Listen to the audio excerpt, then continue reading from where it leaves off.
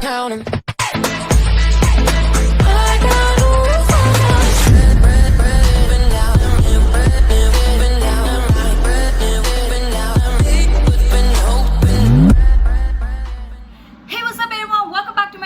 You're watching This World and I'm back again with something so new today. First of all, let's give us a little applause for doing something new today. First of all, this is so close to me. This is so close to what I normally love to do. So me, since a child, I was a curious ass person. I used to love those crime dramas. I used to love those investigation shows, which is very weird as a kid, but yes. And another example is that I have completed my master's post-graduation in anthropology and learning human behavior and forensics and psychology and anatomy and stuff like that. So I was super curious on these kind of things, and even in my free time, like now, I prefer to surf these kind of mysteries on YouTube. So today I thought to come up with a case that is still not known. There's so much that people don't know about, and nobody can solve this case. This case has been given to the experts of the experts, but nobody was able to solve this case as yet. And I'm talking about like years, like literally years. And I'm talking like 12 years to be exact. Like this case started in 2008 and still nobody knows who did it, how they did it, nothing, girl. Literally nothing. We don't know anything about this case apart from that people were killed. Let's start with the main victim. So the girl who was murdered was a 13-year-old kid named Arushi. So she was living with her parents. She was the only kid to her dentist parents. Both of her parents were dentists and they were working. They were super busy. They had a lot of clinics. They were living in a very posh area in Noida. Side note, I heard from somebody that Noida is a very dangerous place. Never been there, don't know, just heard from somebody. Anywho, so they were living in a very posh area. They were a very kind of happy family and stuff like that. So let's cut to May 15th. And so Arushi was a school-going student, so she came back with her mother. Her mother went back to her work. She was chilling at home. Her parents come back on 15th of May. Both her parents were at home by 8:30. So her mother came back earlier. Her father came back later with his driver, and the driver left the car by 8:30 or 8:45, somewhat in between. He left the car, according to his statement. And the family was at home. They were having dinner. Now the girl's birthday was coming up, so the parents actually bought a camera for her as a birthday present because she really wanted it. That came earlier, like before her birthday. So parents thought, you know what, it literally came earlier, so why don't we just surprise her before her birthday? So they just gave her the surprise. She was really happy. She was super excited. She clicked pictures with the camera, and she clicked pictures of herself. She clicked pictures with her parents. Apparently, after having dinner, the last picture that was clicked by the camera was till 10:10. So 10 p.m. was the last time that any picture was clicked by that camera. So after that, the family went to their own rooms. Now the parents live in the master bedroom and the girl lived in the adjacent room, which is just like next to the bedroom, the master bedroom, and she was living there. So apparently the parents were doing their own things. Suddenly the father of the girl asked the mother to turn on the Wi-Fi internet router on, which was in the girl's bedroom. Now their bedroom were auto locked, so when you close the door they just get locked, and until you have the keys or you open it from the inside, you can open the door. So the mother went in and she was basically the last person to enter the room before she died. So according to the mother, when she went inside the room, the girl was reading a book. She was basically involved in the book and texting her friends and stuff like that. The whole smash was really normal. So she just turned it on, and then she came back to the room. Now simultaneously, the father was on a call in the US with some other dentist friends, and they were discussing something about their, you know, job or stuff like that. So this was happening, and now we cut to the last time that her father used the laptop or the internet was supposedly 11:40 or 11:41 to be exact. So that was the final time when he used his laptop, or at least the internet, and he was just going through some dentist pages and some properties or stuff like that. So he was just doing that. Now coming up to the next morning. So before I tell you what happened the next morning, you need to understand the scenario, what's actually happening here. So their house had like 3 doors. So one is the first door, which from where they entered the lobby is the last door to from where they can enter the house. Then there's another door. Then there's a servant's apartment, like a room basically, and then there's the last door.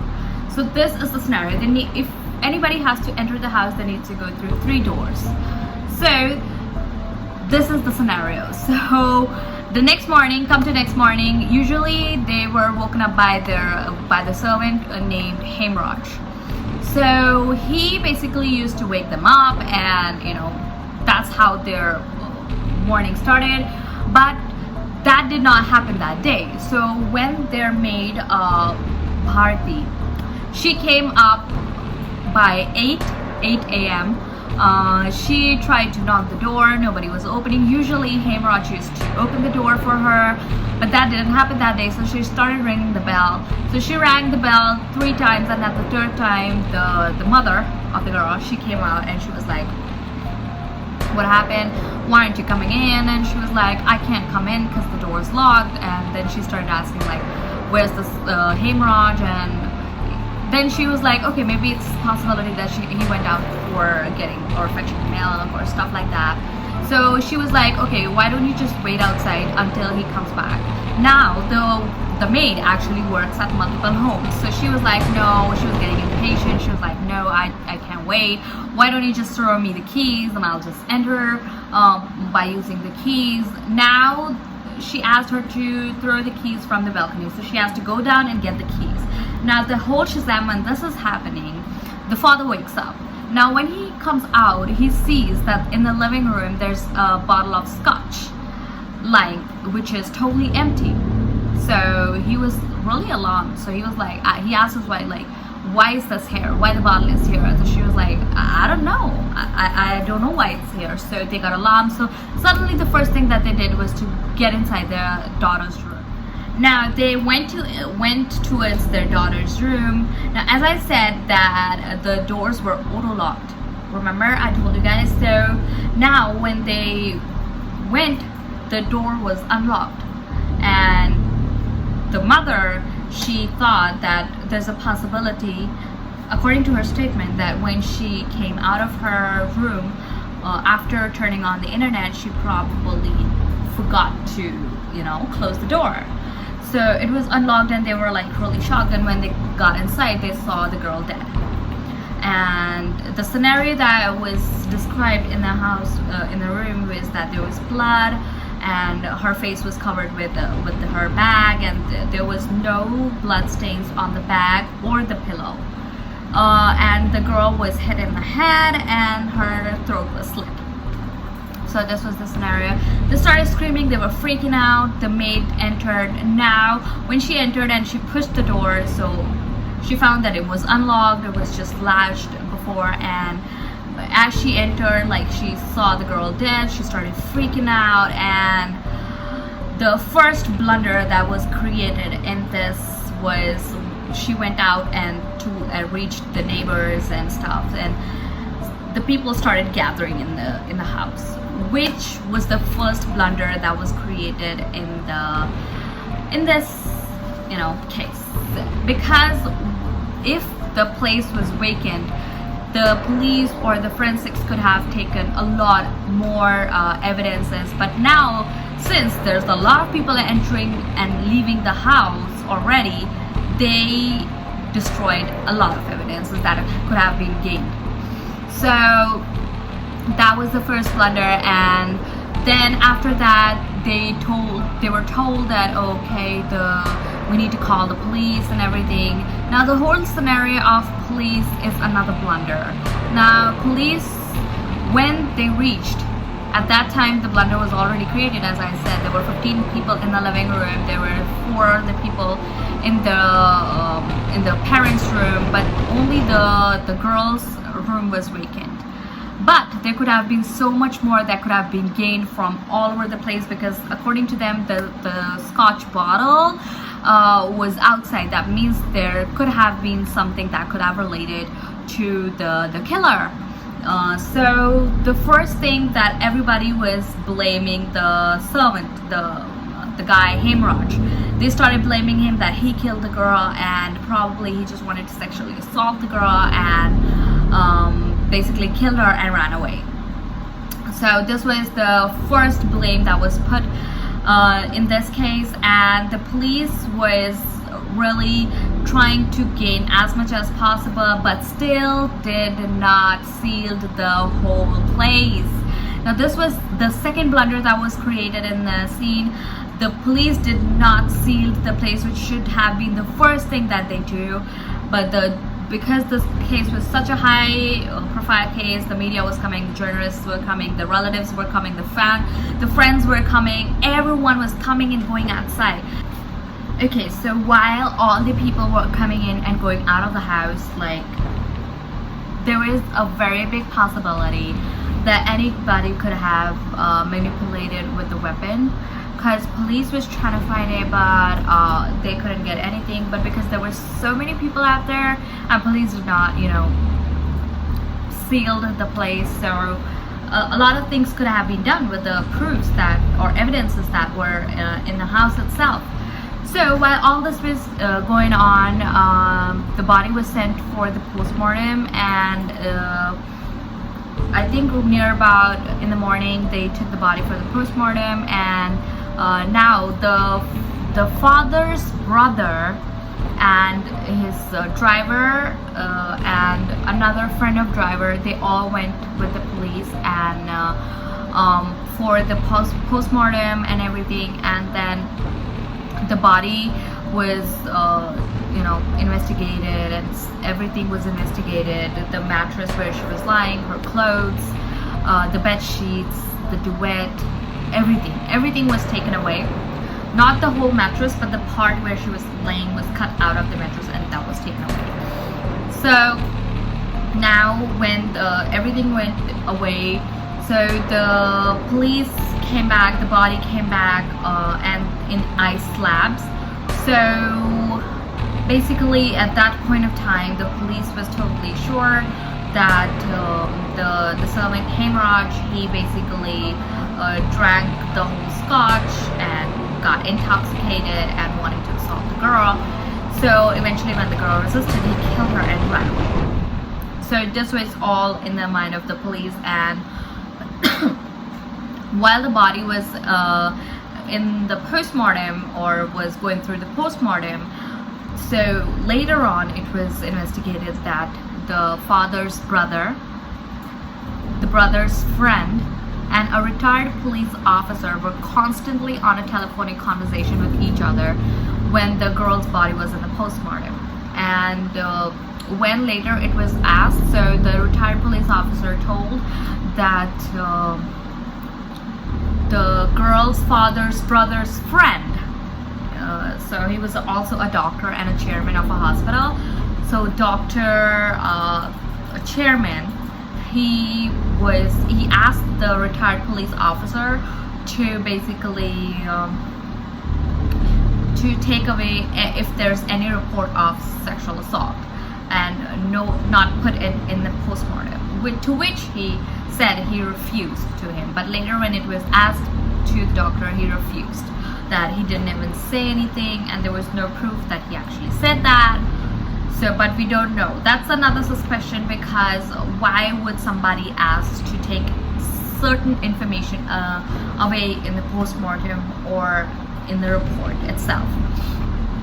So yeah, this was going on, and back to the home, the parents were getting hasty for cremation, and this was later alleged by the police that they were making really pushing the police or pushing the cremation to do them as earlier as possible and to clean the room and stuff like that. They were alleged that for this thing, but in their defenses they said that they asked the police's permission before cleaning the room, that they have taken every evidence that they want to, and also they were pushing the cremation because the body was decomposing really fast, and it was made sure that the postmortem has been done, everything that they wanted to know has been done, and they were just pushed by their own relatives, elderlies, that they need to do the cremation.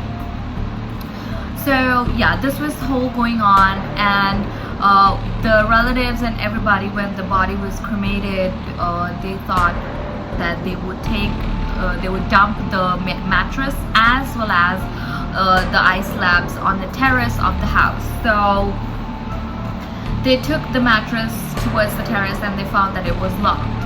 So somebody said that why don't we just put the mattress and the ice slabs on the neighbor's terrace, and we will take it or dump it later on. So they took the mattress on the terrace, but what they didn't know, that the body of Hemraj, the servant, was lying on the terrace just next to it, behind the grills, the grilled wall. Nobody took a note of that, and they just dumped it there, and then they came back.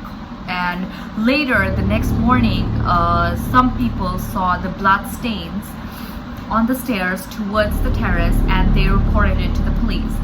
And the police basically was like, okay, and they tried to investigate, and there were certain people who were saying that they saw the stains and they told the police, but when the police investigated, they took it for that it was rust and stuff like that, and it was not blood. But the police, on the other hand, said that when we investigated, there was no blood in there, and there's a possibility when these people were taking the mattress up, the blood might have been stained from that mattress. So this was two contradictions going on about the blood stains, and then they wanted to check the terrace, but according to one of the neighbors, he said that when police asked for the terrace key, the father went inside the house and didn't came back for long, and he kept delaying it, and then eventually said that he didn't know where the keys were, to which the father literally denied, and he said that I never came in between the police investigation, and I was trying to help as much as possible to help the police with the investigation and everything. So again, there was no specific evidences or any proofs against the parents. Now, so cut to the next day, the parents took the ashes of the daughter and they went to the Ganges to perform the later funeral traditions according to the Hindu traditions. And while they were away, so the Dr. Chairman requested the retired police officer to come and see the whole scenario, and everybody was, all the relatives and everyone was visiting and giving their condolences to the family and stuff like that. That's when the father's brother wanted him to investigate the terrace and open and unlock the terrace. According to the certain police officers, they actually asked about the terrace key before too, but the father was unable to give the key or didn't know where the key was and stuff like that. And this was the another biggest blunder in this case, because later on, they decided to broke into the terrace, and while the parents were on the way, they broke into the terrace and they found a body lying there with a pool of blood, and the body was in the stage of putrefaction, and you know, it was totally damaged. And so this was another blunder. They could have found the body the same day when they found the Arushi's body, if they would have checked it properly, or may have you know, forced to enter the terrace like they did today. So after they found the body, everybody present there denied knowing who it was and who could it be. So the police called the parents. They did not reach the place yet. They called them in between. So they returned back, and the father went to the terrace, and the mother was sitting with the ashes in the car.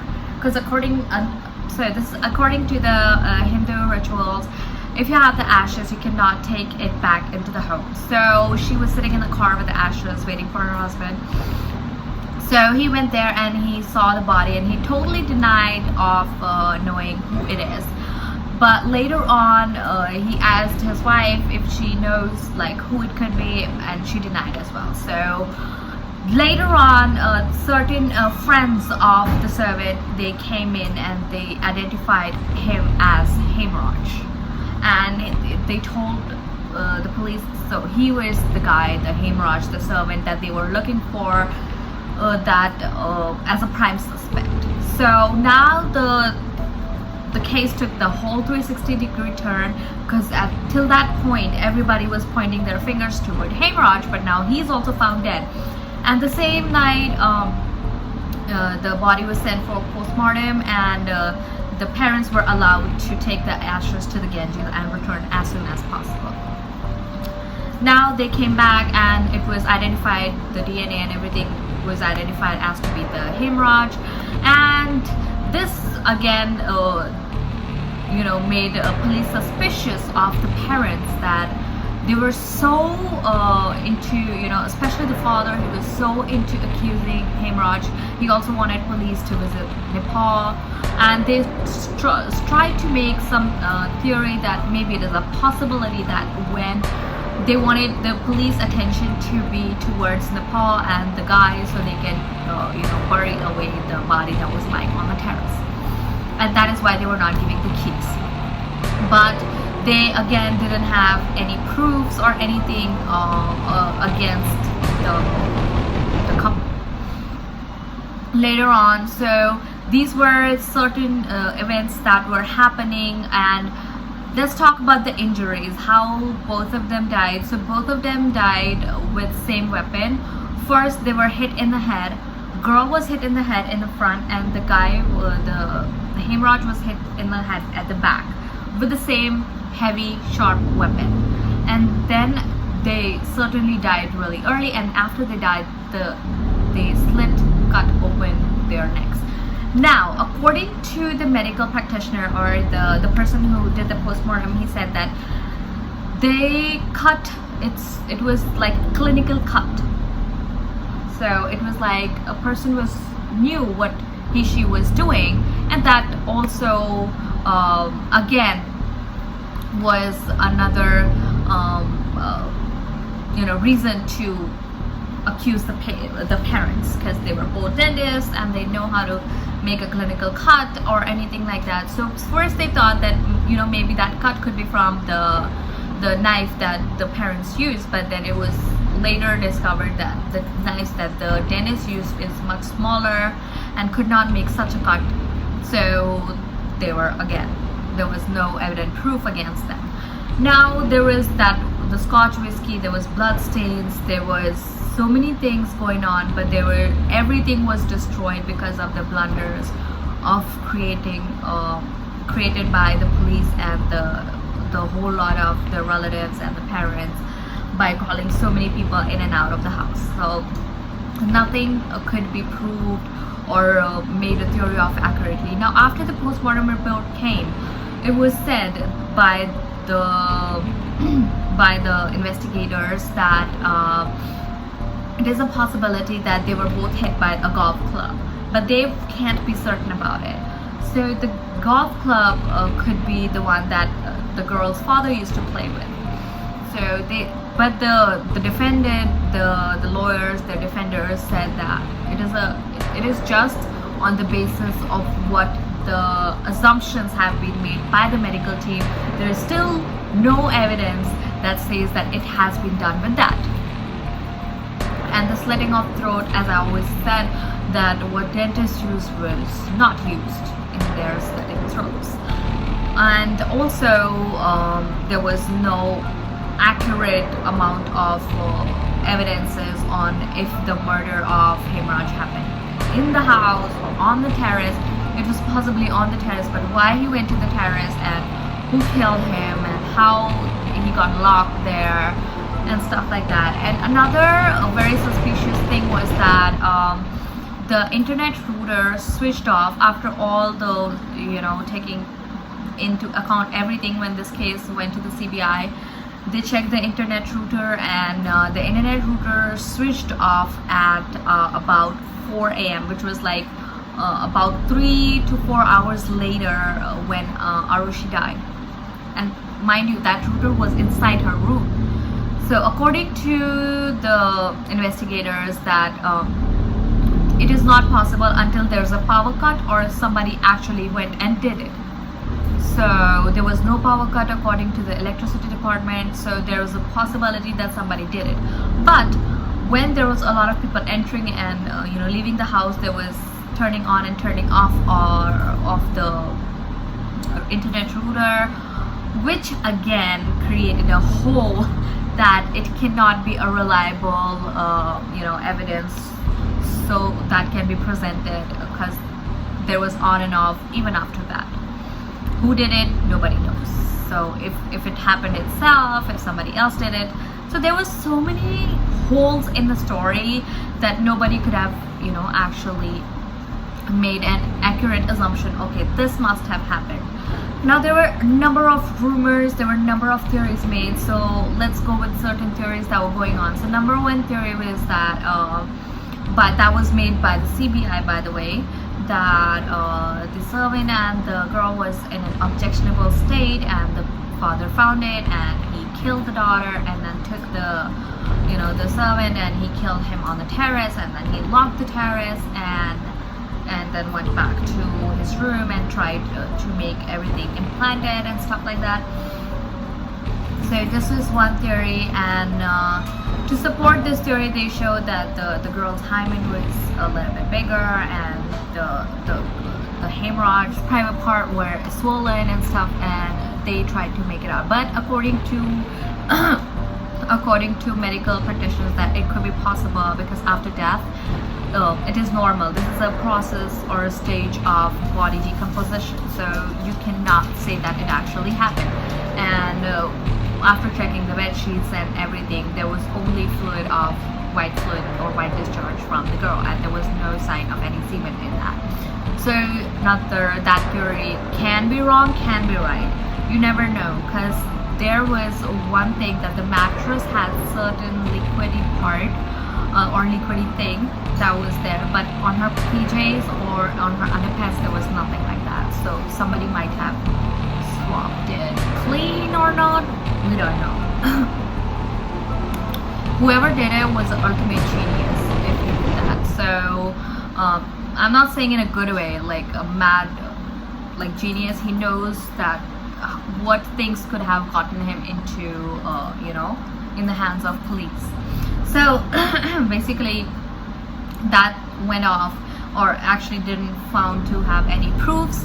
And the other rumor was that the girl knew about the extramarital affair between his father and a friend's wife, and she objected to it, and that's why he killed her. And then there was another rumor that the couple was a part of some wife swapping gang kind of a thing, and the daughter got to know about it and she tailed it off, so they killed her. And another thing could be that later on they also found an email that the girl sent to his father, but this was 1 year before this happened, and that said that I'm really sorry, Dad. I know you might be really upset about it, but I just heard from my friend and I wanted to try it. I'm sorry. And she was trying to apologize in that email, but didn't have any reasons in it, so we cannot say what was the reason for it. But if that could be the reason, was it a case of honor killing? We don't know. But according to the father, the email was consistent because she went with her friends for a movie without any parental guidance, so he was upset and she wanted to apologize. So this was her scenario. Nothing is known, no weapon. There are numerous rumors, but because this was, as I said, a lot of names were turning around and, you know, getting involved in this one. So there was a lot of pressure from media, there was a lot of pressure from the people. So in 2013, in the court, the parents were convicted due to a number of reasons and for life imprisonment. But in 2014, they reopened the case. The parents went to the higher court, and the higher court started the proceedings, and in that they found that the previous court just used the several bases but didn't have any specific evidence or proof to actually convict the parents. So in 2017 they were freed from the case and from all the accusations that were put on them, and they still said that we didn't do anything, and you know, the case just went on and nobody know what happened, why it happened, how it happened, who did it, how did it, nothing.